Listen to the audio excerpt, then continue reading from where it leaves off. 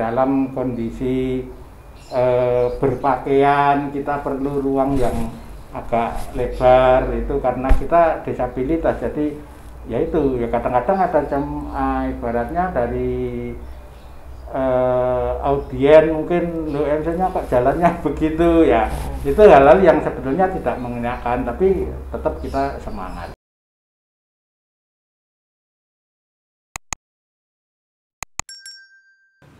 Hai sobat semua, terima kasih sudah klik channel saya. Jangan lupa subscribe videonya, klik bunyikan loncengnya, ding ding, share videonya, dan selamat menyaksikan.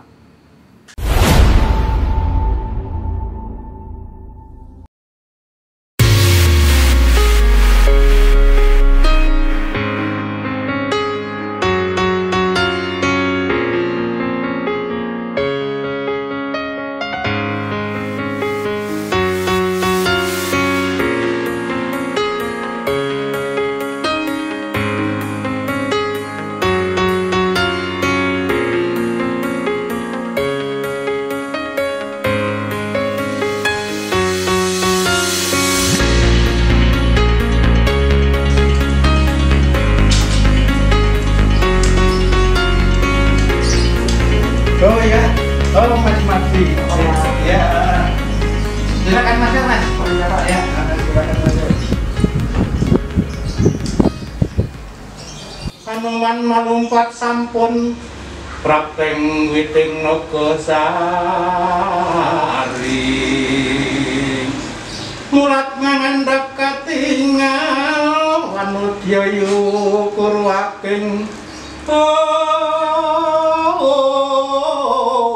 gelung rusa warlana kesmo kang iko kaeksi kocap kacarita Raden Senggono ya Anuman Mayangga Seta wis sawiji gelem gumala ing ati kepareng giya manjing ing negari Ngalengka arsa andusta anunggih putri ingkang sulistya ing warna sang garwa Prabu Ramawijaya sayek-sayeka katigya manjing anggegana ngambah ing dirgantara.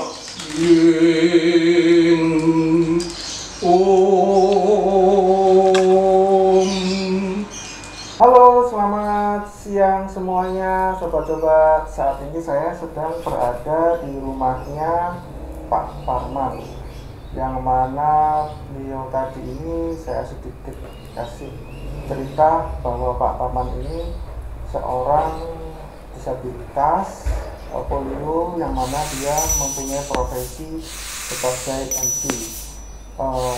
Pengen tahu lebih jelas ceritanya, mari ikuti perbincangan kita hari ini. Oke. Selamat siang Pak Parman. Selamat siang Mas Mardi. Iya, gimana Pak kabarnya? Alhamdulillah sehat ya.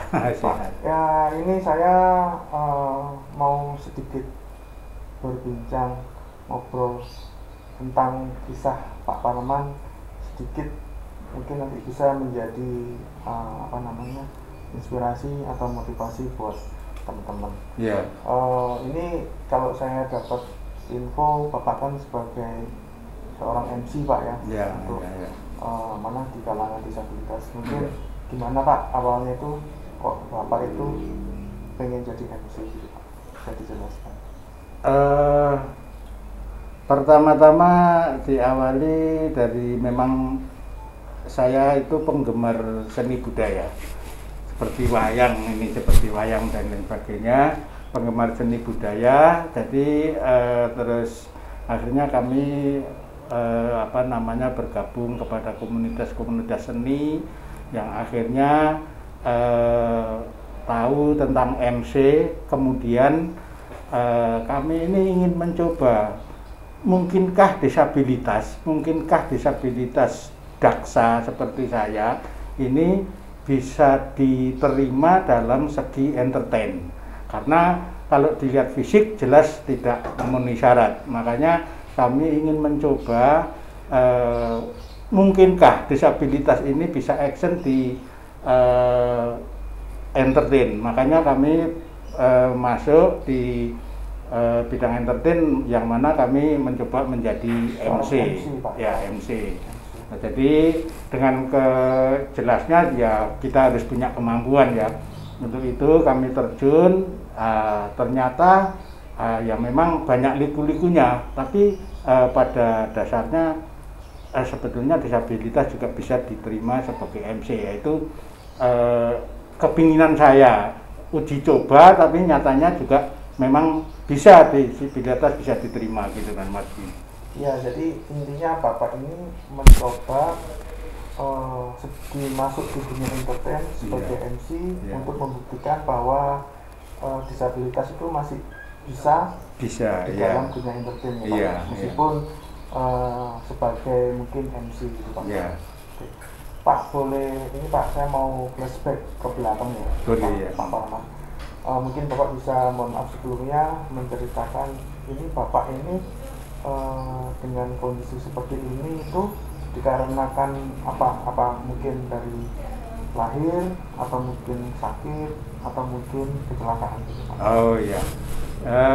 Kami disabilitas ini pertama dari awal tahun sudah lama ya, 77 atau 78, kecelakaan. Jadi kami mendapatkan kecelakaan yang tidak mungkin lagi untuk diselamatkan, makanya kakinya diamputasi ya.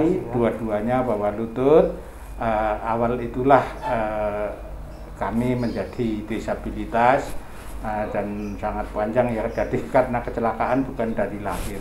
Bukan dari lahir. Oh, ya. Karena kecelakaan Pak ya. Ya. Itu di tahun berapa Pak? Tahun 78. Jadi di usia keberapa? Di usia yang ke-18. Di usia ke-18 ya. Seperti itu. Ya. Jadi sudah cukup lumayan lama ya. Sudah cukup lumayan lama ya. Terus ini Pak, ceritanya Bapak itu bisa menjadi seorang MC dengan kondisi tubuh setelah mengalami amputasi itu gimana Pak awalnya? Apakah Bapak itu belajar MC atau mungkin ikut kursus atau otodidak Pak? Oh ya, awal saya menjadi MC itu tadi diawali dari kegemaran saya dengan seni budaya. Terus akhirnya kami bergabung kepada sanggar-sanggar. Ya di situ bukan ada kursus yang langsung, tapi sharing, berbagi. Dan karena kami ya saya ini istilahnya sudah mempunyai background atau dasar bahasa, jadi akhirnya kami memperdalam untuk sharing dengan teman-teman di sanggar-sanggar, akhirnya bisa menjadi MC. MC ya. Ya. Jadi awalnya pertemuan dari sanggar. Pertemuan dari sanggar-sanggar. Akhirnya ya. berkembang dengan menjadi seorang MC. Ya. Itu ya. Ini kalau untuk belajar pertama kalinya Pak untuk MC, mungkin Bapak pada waktu itu dengan seperti ini itu mengawalinya gimana Pak? Gitu kan? Untuk belajar prosesnya pertama kali. Belajar prosesnya setelah kami dari sanggar ya, otomatis kan ada bekal ilmu sedikit-sedikit. Terus kami juga belajar dari media seperti YouTube dan lain sebagainya. Kami belajar dan juga membaca buku-buku panduan dan lain sebagainya. Terus akhirnya suatu saat kita memberanikan diri karena merasa sudah mampu untuk menawarkan kepada customer yang kiranya mau, tapi juga lewat dari sanggar-sanggar itu. Jadi sanggar-sanggar ada event atau ada acara dari hajatan dan lain sebagainya. Nah, kami memberanikan diri untuk menawarkan jasa. Akhirnya kami bisa untuk mengawali menjadi MC tersebut. Ya. Pertama kali MC di mana Pak? Pertama kali MC di Gedung Dharma Wanita. Pertama kali itu ya Pak. Acara apa? Acara hajatan mantu. Hajatan. Jadi dengan tipe memang MC Jawa saat itu ya, MC Jawa. Untuk ini ya, kondangan itu Pak ya? Untuk kondangan mulai dari temu manten, dari temu manten sampai dengan resepsi. Ya. Itu tahun berapa Pak? Tahun 2000 2003 ya. 2003 ya. Dari situ mengawali pertama tetap dengan didampingi teman. Jadi masih ada berdua Pak ya. Iya, berdua. Ada pendamping dari Sanggar untuk terjun di situ. Di situ ya. Iya. Sekarang sendiri ya Pak? Sekarang sudah sendiri ya Kakak. Untuk ini Pak, untuk pertama kali terjun di MC kan awalnya bersama teman, misalnya kan berpasangan duet gitu Pak MC-nya. Nah, itu dari yang awalnya berdua duet itu menjadi bisa sendiri itu butuh waktu berapa lama? Tidak lama ya. Duet itu paling nggak sampai setahun. Nggak sampai setahun. Terus baru Bapak berani? Saya berani. Maksudnya bukan berani, sudah dipercaya untuk terjun sendiri dari masyarakat, terutama dari EO atau dari juru rias dan lain saya sudah dipercaya, dari akhirnya sudah diorder dengan sendirinya. Ya. Terus itu akhirnya Bapak banyak dikenal, dipanggil sana sini. Ya, jadi dikenalnya juga dari mulut ke mulut, bukan ya, memang kami nggak punya promosi media, jadi dari mulut ke mulut, dari teman dan sebagainya, dari Sanggar, nah itu bisa dikenal dengan oleh pengguna jasa MC. Ya. Kalau MC Pak Parman biasa dipanggil apa Pak? Mungkin punya panggilan atau julukan mungkin untuk beberapa mungkin yang kalau spesial julukan itu biasanya karena memang background saya itu MC Jawa. Jadi, biasanya MC Jawa itu dipanggil Ki. Ki itu orang yang dituakan atau orang yang punya ilmu ya, Ki. Nah, karena nama saya Suparman dan ada tambahan ini karena disabilitas, kaki saya terbikin dari ibaratnya besi, maka saya sering dipanggil teman-teman itu Ki Suparman Suku Wojo. Suku itu artinya kaki, Wojo itu besi. Jadi Ki Suparman yang kakinya dari besi. Jadi Ki Parman Suku Wojo. Suku ya? itu kaki, Wojo itu besi. Ki Parman Suku Wojo. Ya, itu biasa. Teman-teman julukinya begitu. Ya. Kalau misalkan ada orang mau mencari MC itu Pak Parman Suku Wojo ya, atau biasa terkenal Ki Suparman sudah ya memang sudah paham juga. Ya. Itu Bapak bisa dikenal, mungkin diketahui dengan sebutan Ki Parman Sukowojo itu untuk mengenalkannya gimana? Apakah lewat mulut ke mulut atau mungkin lewat sosial media atau mungkin kenalan Pak kayak apa ya? Dari mulut ke mulut itu. Oh ya, kalau mengenai julukan itu memang satu dari teman-teman yang menjuluki, biasa di pertemuan bilang Ki Suparman Sukowojo. Yang kedua, bagi orang yang awam dengan saya itu memang dari media, misalnya Facebook, memang nama saya di Facebook biasa saya sebutkan Ki Suparman Sukowojo. Tapi ada Pak Facebooknya Ki? Facebooknya ada ya. Terus dari situ ya banyak tahu. Kadang-kadang kalau misalnya EO yang tidak kenal dengan saya tahunya dari Facebook, tahunya juga namanya Suparman Sukowojo. Jadi biasa dipanggil begitu. Ya. Bapak lebih ke ini ya, MC-nya lebih ke tradisional ya. Condong MC tradisional. Ya. Mungkin ini Pak, barangkali mungkin Bapak bisa kasih sedikit sepatah dua patah contoh MC menggunakan bahasa bahasa Jawa ya, bahasa daerah atau mungkin tradisional yang mungkin bisa.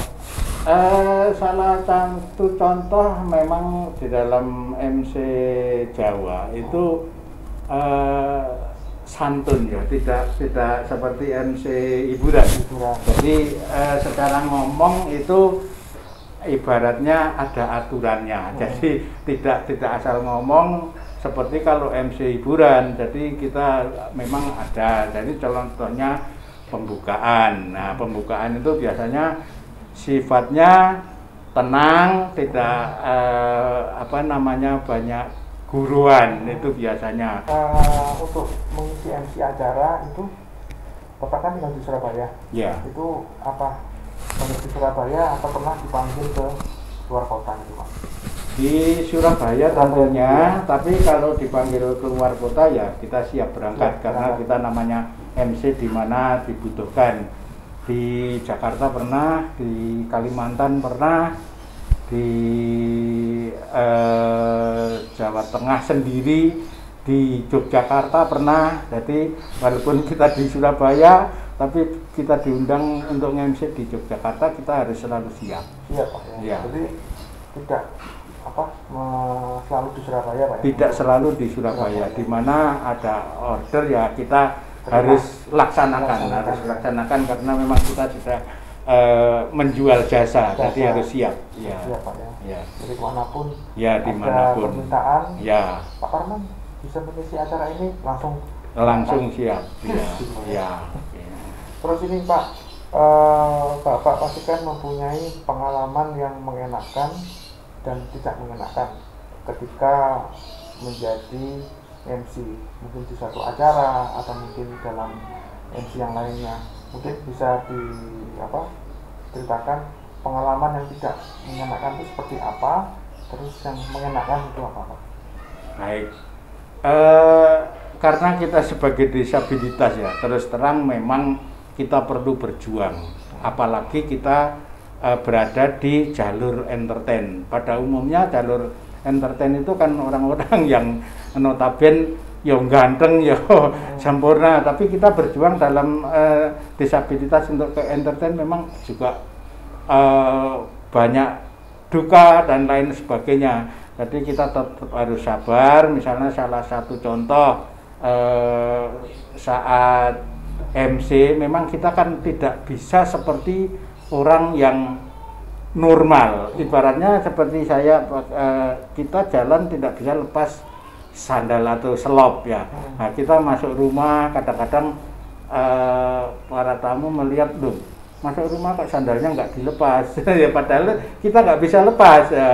Nah itu juga misalnya dalam kondisi berpakaian kita perlu ruang yang agak lebar, itu karena kita disabilitas. Jadi ya itu ya, kadang-kadang ada ibaratnya dari audien mungkin lo MC-nya kok jalannya begitu ya, itu hal-hal yang sebetulnya tidak mengenakan, tapi tetap kita semangat jalan ya, profesional Pak ya. Jadi butuh ruang gerak ya. Kalau untuk yang ini Pak, yang menyenangkan itu Pak? Kalau yang mengenakan, kalau kru itu tahu dengan keadaan kita, itu mungkin bisa memberi kesempatan, bisa paham dengan kita, itu saja sudah mengenakan. Jadi kita sudah merasa nyaman di satu kru itu. Itu Pak ya? Ya, itu sudah enak rasanya. Ya. Jadi mau sesuatu ini, tapi dari pihak panitia mungkin tahu Pak ya? Ya, tahu, paham. Apa yang dibutuhkan. Ya. Terus kalau ini Pak, untuk alat bantu yang digunakan untuk berkreativitas atau mungkin menjadi MC apa Pak? Alat bantu sebetulnya kalau dari MC itu ya biasa aja ya, terutama audio musik, karena kami backgroundnya itu MC Jawa, itu mesti harus punya audio untuk alunan musik Jawa. Kecuali kita pas live bersama dengan musik langsung karawitan, itu kita bisa di situ. Tapi kalau tidak, kita harus menyiapkan audio sendiri, karena kebanyakan kalau di Surabaya kan mungkin dari sound dan lain sebagainya tidak mempunyai audio yang backgroundnya klasik gitu. Itu yang kita perlu siapkan. Itu aja saya kira. Kalau alat geraknya Pak? Alat geraknya selain kaki mungkin kerk atau apa? Enggak, saya kira kalau saya masih bisa, karena saya masih bisa berdiri, jadi tidak membutuhkan alat lain kecuali ya kaki palsu ini aja. Pakai prosesi Pak ya? Ya pakai prosesi ini aja. Mungkin kursi roda pernah? Kursi roda belum pernah. Belum pernah. Ya, belum pernah. Ya, jadi selama nge-MC kami tetap seperti orang normal biasa, pakai kaki protese ini, ya kita berdiri biasa. Itu biasanya. Ya. Untuk ini Pak, untuk apa namanya di masa pandemi ini pastikan Bapak mengalami dampak ya. Ya, ya, Mungkin betul. dampak yang Bapak rasakan di masa pandemi ini yang sekiranya itu dihubungkan dengan aktivitas atau produksi Bapak sebagai MC seperti apa sih Pak? Dampak pandemi ya betul-betul Mas, betul-betul terasa sekali di bidang entertain ya. Kita pandemi ini mulai berapa ya? Mulai Maret ya, Maret terus April Mei itu sebetulnya jadwal sudah penuh. Tapi karena ada pandemi akhirnya semua cancel sampai sekarang. Sampai sekarang. Baru sekarang mulai ada 1-2 ini. Ya, mulai ada panggilan. Mulai ada panggilan. 1, 2. Ya, ini sudah mulai lagi. Jadi mulai Maret, jadi 1 tahun. Mulai Maret, April, Mei, Juni. Ya, Juni itu jadwal sudah terkonsep sebetulnya penuh. Tapi karena sudah ada jadwal. Tapi karena cancel semua cancel Pak ya. Ya, jadi ya mau apa kita tidak bisa berbuat apa-apa. Jadi ini sudah mulai sekarang sudah mulai 1-2 walaupun tetap kita harus selalu mengikuti protokol kesehatan. Ini Pak, ini saya mau berbicara dari sisi keluarga itu Pak ya. Ya. Dalam kondisi seperti ini Bapak yang mengalami amputasi itu support dari keluarga itu seperti apa Pak? Bagaimana? Dalam keadaan saya amputasi support waktu dulu ya, ya memang waktu dulu masa-masa bingung ya awal-awal disabilitas ini, tapi dengan perjalanan waktu ya kita bisa semangat lagi. Terus untuk sekarang ya perjalanan keluarga, support keluarga ya sangat baik, terutama anak-anak juga mendukung dan anak-anak mendorong, anak-anak tidak merasa terkucilkan, tetap memberi semangat kepada saya dan keluarga yang lain juga tentunya. Jadi dari keluarga itu memberi support penuh ya, dari keluarga memberikan support penuh ya. Gitu. Ini Pak yang terakhir, mungkin Bapak ada mau pesan yang disampaikan kepada teman-teman disabilitas yang lainnya ataupun mungkin para pemirsa yang melihat acara ini, apa Pak untuk pesan yang disampaikan? Untuk rekan-rekan disabilitas ya, kami harapkan jangan patah semangat, jangan patah semangat. Kita harus selalu berusaha menggapai kehidupan yang layak. Kan ada orang yang disabilitas terus dia larinya kepingin enaknya saja, misalnya minta-minta dan lain sebagainya. Itu saya kira hal yang kurang baik. Kita kalau mau berusaha, walaupun disabilitas di bidang apapun kita pasti bisa. Tentunya walaupun dengan hambatan yang sebesar apapun kita mau berusaha pasti bisa. Jadi untuk disabilitas rekan-rekan saya jangan patah semangat dan jangan menjual diri kita kepada hal-hal yang remeh, yaitu meminta-minta. Itu yang barang yang tidak bagus bagi kita. Semangat tetap berjuang untuk disabilitas, untuk berusaha apapun itu pasti bisa. Untuk audien atau Bapak Ibu yang pemirsa atau yang melihat tayangan ini, kami berharap untuk khalayak umum bahwa disabilitas itu tidak minta dikasihani, tapi minta diberikan jalan. Nah, jadi kalau dikasihani misalnya diberikan uang itu paling berapa menit sudah habis. Tapi kalau diberikan jalan untuk sukses, untuk bisa mandiri, itu yang saya harapkan. Dan kita disabilitas sama seperti orang pada umumnya mempunyai hak dan kewajiban yang sama. Jadi untuk Bapak Ibu pemirsa, kami mohon dengan hormat jangan memandang sebelah mata disabilitas, dan juga jangan hanya mengasihani, tapi berilah jalan kepada kita agar kita bisa mandiri.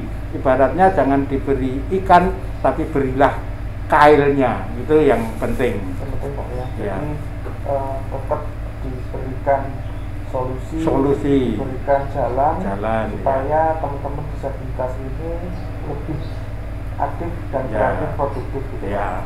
Juga pada pemerintah Mas, pada pemerintah ini ya pemilah umumnya ya, mintanya ya selalu akses lah untuk kuota dan lain sebagainya supaya kita bisa beraktivitas untuk disabilitas itu. Memang kegiatan saya MC itu ya memang tetap kegiatan MC, tapi kita mempunyai pemikiran disabilitas yang lain, makanya kami berusaha untuk membentuk suatu badan usaha. Tujuan kami untuk mengcover disabilitas lain untuk bisa bergabung bersama-sama berusaha, yaitu kami mendirikan koperasi yang dinamakan Koperasi Jasa Syariah Disabilitas Indonesia. Untuk wilayahnya skupnya memang Surabaya, Pak ya? Jawa Timur. Jawa Timur ya? Jawa Timur, cuma anggotanya memang sudah sampai di luar provinsi, ada yang dari Jakarta, ada yang Makassar. Nah, itu tujuan kami satu-satunya adalah untuk memfasilitasi disabilitas agar bisa mampu berdiri berusaha untuk menopang ekonomi dari disabilitas itu. Jadi kami dirikan koperasi untuk membantu disabilitas umumnya untuk bisa berusaha. Ya. Ini baru pertama apa? Ini koperasi satu-satunya pertama di Indonesia. Koperasi Syariah Disabilitas ini pertama satu-satunya di Indonesia. Baru pertama nih. Baru lahir sebetulnya. Baru umur berapa bulan? 3 bulan, 2 bulan lah.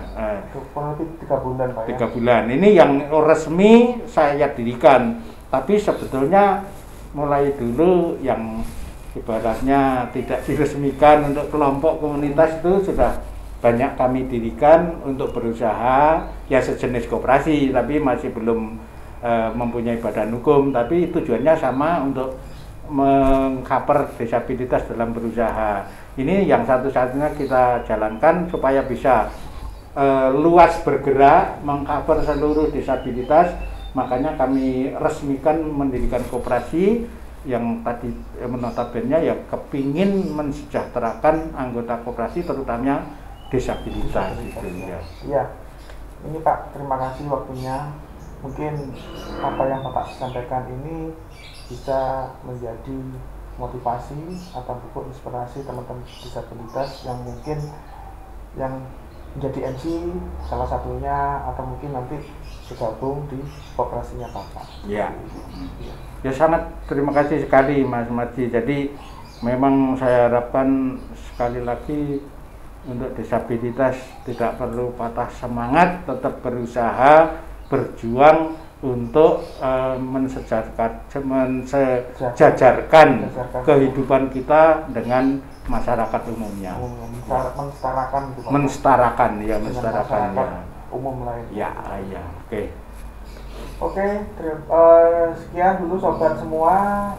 Kita telah mengikuti perbincangan dengan Ki Parman Sukowojo, yang mana beliau ini sebagai MC dan berencana telah mendirikan koperasi khusus disabilitas. Semoga yang kita perbincangkan hari ini bisa menjadi motivasi, inspirasi bagi pemirsa semua. Dan jangan lupa untuk teman-teman disabilitas maupun yang lainnya tetap semangat, produktif, dan jangan lupa tetap berkreatif. Oke, sampai jumpa dengan kisah dan yang lainnya. Kita berjumpa kembali dengan Lagi Menembus Batas.